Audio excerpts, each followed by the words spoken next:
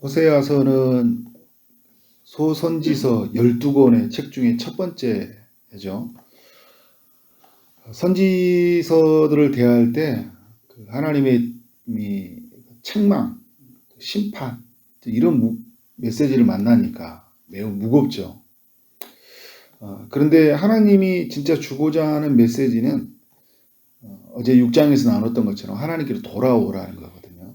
하나님을 힘써 알아라. 그래서 하나님이 돌아오고 아는 자들에게 허락하신 게 뭐죠? 우리를 찢으셨으나 도로 낫게 하실 것이다. 치셨으나 싸매어 주실 것이다. 우리를 살리시어 셋째 날에 우리를 일으키신다. 완전히 회복시켜 주시겠다는 거죠. 하나님은 그런 죄에 대해서 책망하고 죄에 대해서 징계하시면서 하나님은 자신의 백성들을 고치고자 하시거든요. 그래서 어제 3절에 6장 3절에 보면 그의 나타나심은 새벽빛같이 어김없다. 하나님은 어김없이 고쳐주신다는 거예요. 돌아오기만 하는 자들에게, 하나님을 힘써 아는 자들에게 땅을 적시는 늦은 비와 같이 우리에게 임하시리라. 하나님의 치유를 약속하고 있는 것이죠. 오늘 7장 1절에서도 보면 내가 이스라엘을 치료하려 할 때 이렇게 말씀을 시작하고 있어요. 하나님이 치료하시고자 하는 거예요. 근데 치료하려고 하니까 어떤 일이 일어났습니까? 에브라임의 죄와 사마리아의 악이 드러났다고 이야기해요. 에브라임은 북이스라엘 전체를 대표하는 나라를 말해요. 사마리아는 북이스라엘의 수도죠. 그러니까 북이스라엘 전체가 지금 죄악에 빠져 있다는 거예요. 하나님이 치료를 하려고 하다 보니까 너무 큰 죄악이 있는 거잖아요. 여러분, 우리도 이제 병원에 이제 몸이 이상이 있어서 갔는데 어때요? 병이 드러나요. 이 여러 촬영기와 또 이런 것들을 통해서 우리의 몸이 비춰지고 검사를 하게 되면 몸이 드러난다는 거잖아요. 또 수술을 해보니까 실제로 또 알아요. 몸을 또 열어보고 막 이렇게 하잖아요. 하나님이 이스라엘을 딱 열어보니까 어떻게 하는 거예요? 너무 큰 죄가 많이 있는 거예요. 완전히 이 나라 안에서, 이 도시 안에, 수도 안에 죄가 만연해 있는 것을 볼 수 있습니다. 어떤 죄입니까? 1절 하반절에서 보니까 안으로는 들어가서 도둑질을 하고 밖으로 떼지어 노략질을 하고 있다고 합니다. 그러니까 도둑질, 노략질, 죄가 난무하게 벌어지고 이렇게 열어지고 있는 거예요. 3절에 보니까 백성들이 지은 죄를 말하고 있는데 이들이 악으로 왕을 기쁘게 하고 있다. 그 어떤 곤모술수 이런 것들이 볼 수 있어요. 그리고 거짓말로 지도자들을 기쁘게 하고 있다. 백성들이 지금 이런 죄를 짓고 있는 거예요. 4절에서 그들은 다 간음한 자라고 이야기하고 있어요. 여기서 간음이라는 건 어떤 의미를 가지고 있어요? 영적 간음, 어제 제가 나누었었는데 하나님이 아닌 다른 것을 섬기는 영적 간음의 죄를 짓고 있다는 거예요. 그러니까 백성들이 우상 숭배에 빠져 있다 보니까 이 영적인 타락은 도덕적 타락과 연결되어 있죠. 우상의 마음이 빼앗겨 있으니까 어떻게 해야 되는 거예요? 악이 가득하고 그냥 거짓이 가득해요. 여러분, 죄는요, 죄의 열매를 맺잖아요. 성령은 성령의 열매를 맺어요. 근데 죄가 이들 안에 만연해 있다 보니까 어떻게 돼요? 죄를 지어요. 우상을 숭배하다 보니까 우상 속에 가지고 있는 그런 죄들이 막 터져 나오는 거예요. 근데 북이스라엘의 죄를 보면 이제 마치 이제 그 하덕이라는 표현을 계속 쓰고 있거든요. 하덕 속에 있는 과자, 어떤 전병 이런 표현들을 4절부터 8절까지 쭉 쓰고 있는데 하덕에서 이렇게 과자를 만들잖아요. 전병 이런 것들 과자를 만들어요. 밀가루를 먼저 반죽을 하죠. 그리고 누룩을 넣고 발효가 될 때까지 어떻게 하죠? 기다리잖아요. 근데 지금 어떤 표현을 쓰고 있냐면 4절에 보면 잠시 죄를 그치는 것 같아요. 그러니까 평안한 거예요, 나라가. 이들이 이제 돌아갔나 보다. 이제 죄를 안 짓는가 보다. 이래 생각한 거예요. 근데 이게 어떤 타임이라는 거예요? 하덕에 들어가기 전까지 발효가 되고 있는 타임이에요. 잠시 멈춰져 있는 거예요. 그러니까 우리가 병으로 말한다면 몸이 괜찮은 것 같은 거야. 근데 어떻게 돼요? 몸이 완전히 이제는 죽기 직전까지 가는 것들인 거예요. 그런 상태가 지금 북이스라엘의 백성들의 상태라는 거예요. 5절의 말씀을 보면 백성만 죄를 짓는 것이 아니라 왕과 지도자들이 죄를 짓고 있어요. 그러니까 화덕의 비유를 말한 것처럼 뭐 뜨거운 물이라는 표현을 쓰고 있어요. 화덕은 뜨겁잖아요. 몇백 도가 올라가잖아요. 근데 지금 지도자들이 뭐라고 했어요? 술은 뜨거움으로 병이 난다. 그러니까 술을 얼마나 먹었는지 그게 막 병이 날 정도로 먹은 거예요. 그러니까 연회를 열고 그냥 하는 정도가 아니에요. 지금 오늘 보면 5절에 보면 왕의 날이라 할 때 왕의 대관식이거든요. 대관식이 열면 사람들이 술을 먹죠. 근데 얼마나 많이 먹었는지 막 술 파티가 이루어진 거잖아요. 몸에 병이 날 정도로. 근데 그 옆에 누가 있어요? 오만한 자들이 있대요. 권력의 한 자리를 타기 위해서. 그죠? 하는 그런 오만한 자들이 왕이 악수를 하고 있다. 그러니까 제약의 현장이잖아요. 제약의 그 아주 그런 깊이 있는 부정, 부패, 권모술수의 현장을 우리가 지금 보고 있는 거예요. 이 화덕이라는 표현을 또 이제 7절에 그렇게 쓰고 있죠. 그들은 다 화덕같이 뜨거워져서 재판장들을 삼키며 그들의 왕들을 다 엎드려지게 하며 그들 중에는 내게 부르짖는 자가 하나도 없다. 너무 그 화덕처럼 뜨거운 그 죄의 현장이 모두를 삼켜주고 있어요. 그 불속처럼 막 다 들어가 태워진 것처럼 그들의 영혼이 완전히 화덕의 불 속에 들어가 가지고 삼켜지고 태워지고 있는데, 그러면 어떻게 돼요, 여러분? 아유, 뜨거워. 이렇게 살아서는 안 되겠다 하면서 하나님께 부르짖어야 되잖아요. 근데 내가 지금 어디에 불구덩이에 들어가 있는지도 모르고 뭐 하고 있어요? 하나님을 찾지도 않고 구하지도 않고 있어요. 죄를 즐기고 있어요. 죄와 함께 있는 거예요. 에브라임이 여러 민족 가운데 혼합되니 그는 곧 뒤집지 않은 전병이로다. 8절에 이야기하고 있어요. 여러분, 뒤집지 않은 전병이 뭐냐면 한 전병이 이렇게 태워지면 뒤집어줘야 되거든요. 한쪽 불이 뜨거우니까. 우리 후라이팬에 뭘 하더라도 뒤집어줘야 되잖아요. 뒤집어주지 않으니까 한쪽은 어떻게 돼요? 겉으로는 멀쩡해요. 뒤에는 어떻게 돼요? 시커멓게 타 있는 거예요. 그러니까 이런 상태라는 거예요. 겉에 볼 때는 괜찮은데, 왜냐하면 지금 에브라임 그 여로보암 2세 때잖아요. 굉장히 나라가 부강하고 잘 살 때거든요. 국토가 확장되어지고, 그래서 솔로몬 때 있었던 영토가 나중에 이제 후세의 왕들 때문에 많이 잃어요. 근데 여로보암 2세 때 이 북왕국이 영토를 확장하는데 엄청나게, 그 이전에 그 솔로몬이 가졌던 영토를 거의 다 뺏었다고 하잖아요. 와, 하나님 우리와 함께 하시나 보다. 그러니까 그런데 한쪽에서 하나님 함께 하시는 술 파티가 일어나고 있고, 권모술수, 그죠? 거짓말, 노략질, 도둑질, 나의 사회는 완전히 그런 순간이 느끼게. 근데 겉으로 올 때는 괜찮은 거예요. 전병이로다, 그러면. 우리도 여러분 그럴 수 있어요. 겉으로 볼 때는 괜찮은 것 같지만 하나님 볼 때는 뭐예요? 전병인 거예요. 어떻게? 뒤집지 않은 전병. 화덕 속에 들어간 우리의 가자. 죄가 엄청 가득한데 죄를 느끼지 못하는 거예요. 이게 지금 문제는 뭐냐면 무감각하다는 거예요. 지금 어떤 상태인지를 볼 수 있는 눈도 없고, 지금 죄로 완전히 타가고 있는데 무감각하고 있다. 지금 이 시대를 너무 잘 보여준 것 같죠.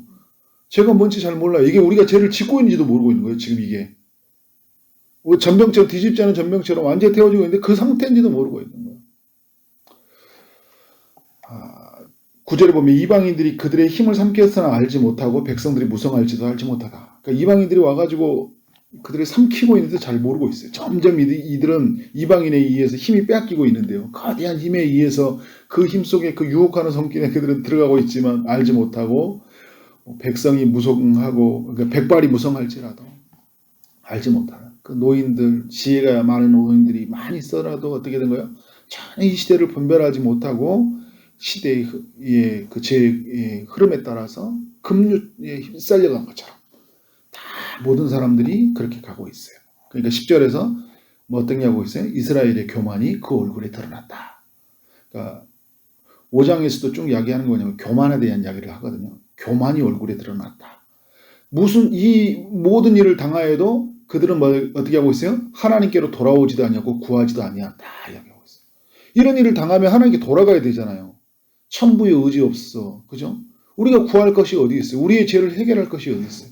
이 죄의 고통이 너무나 크니까 이 죄를 해결하신 하나님께로 돌아가요. 하나님의 아들을 우리 가운데 보내주셔서 우리의 죄를 그에게 옮기고 그의 의를 우리에게 옮겨주심으로 말미암아 의로운 자로 해주셨는데, 우리는 그 아들에게 돌아가서 그 안에 주시는 자유를 누려야 되잖아요.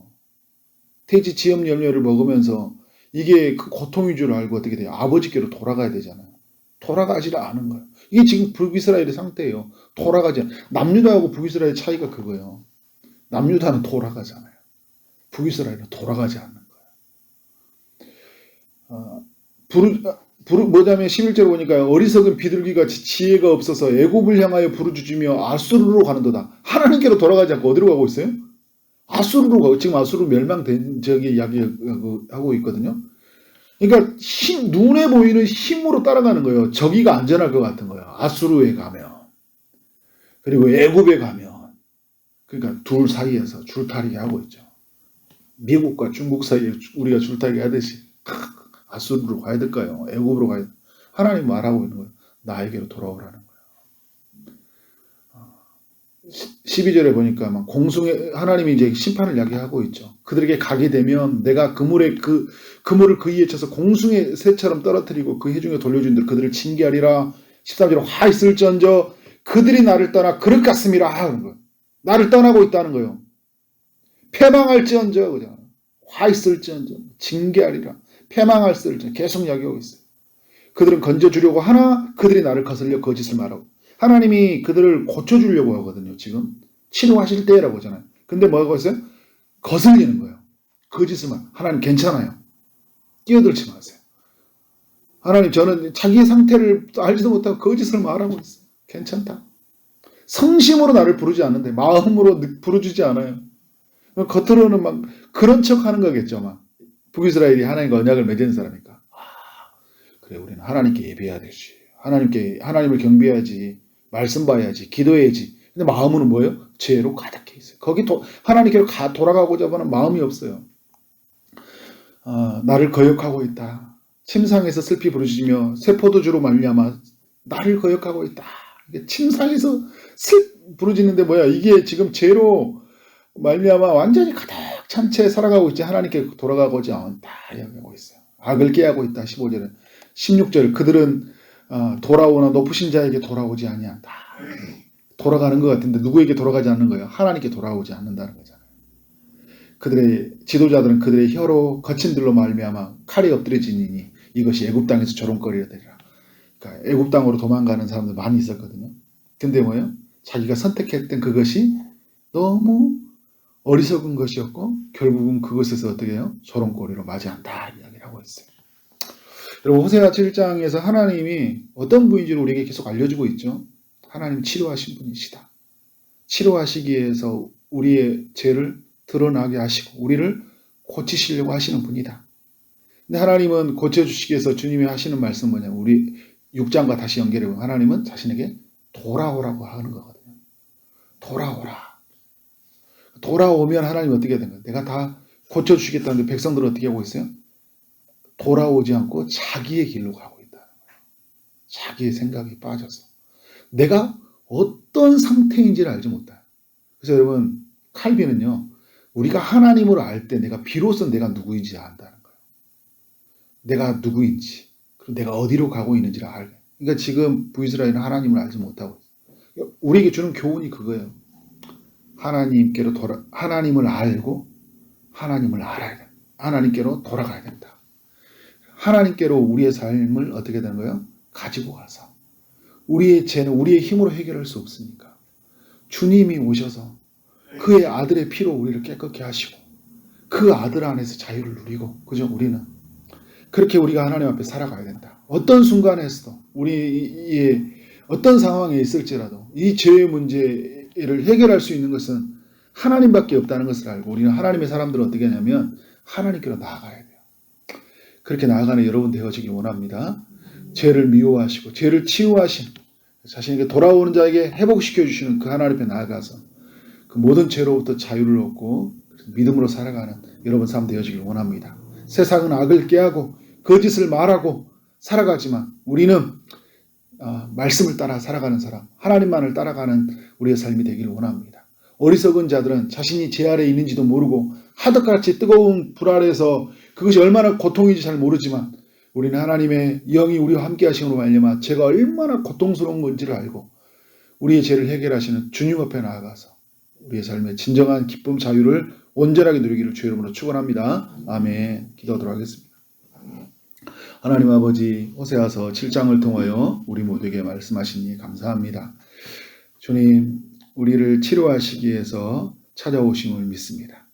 그의 아들 예수 그리스도를 우리 가운데 보내어 주시고 우리가 하나님 앞에 얼마나 큰 죄인인지를 알게 하시고, 그러나 그 외의 죄를 그의 아들에게 옮기심으로 말미암아, 그리고 그의 의를 우리에게 옮겨주심으로 말미암아 죄에서 자유한 기쁨, 또 하나님의 의로 말미암아 그 영광스러움을, 그 기쁨을 누리게 하시니 감사합니다. 다시는 죄의 종로로 들어가지 않게 하여 주옵소서. 또 제가 주는 그 위험을 알게 하시고 그 무서움을 알게 하시고, 그래서 하나님의 신 그 은혜를 따라 살아가는 우리 모두가 되도록 인도하여 주옵소서. 오늘도 육체 아픔 중에 있는 성도님이 찾아가셔서 은혜를 베풀어 주시고 치유하여 주옵소서. 취업을 준비하고 결혼을 준비하고 임신을 준비하고 또 시험을 준비하는 모든 이들에게 하나님이 함께 하심이 있기를 원합니다. 오늘도 만나는 모든 사람들에게 주의 사랑이 흘러가게 하여 주시고 주어진 일 최선을 다해 일하게 하심을 알냐마 하나님께 영광이 우리 모두에게는 큰 기쁨이 되는 하루 되게 하여 주옵소서. 예수 그리스도 이름으로 기도를 쌓옵나이다. 아멘.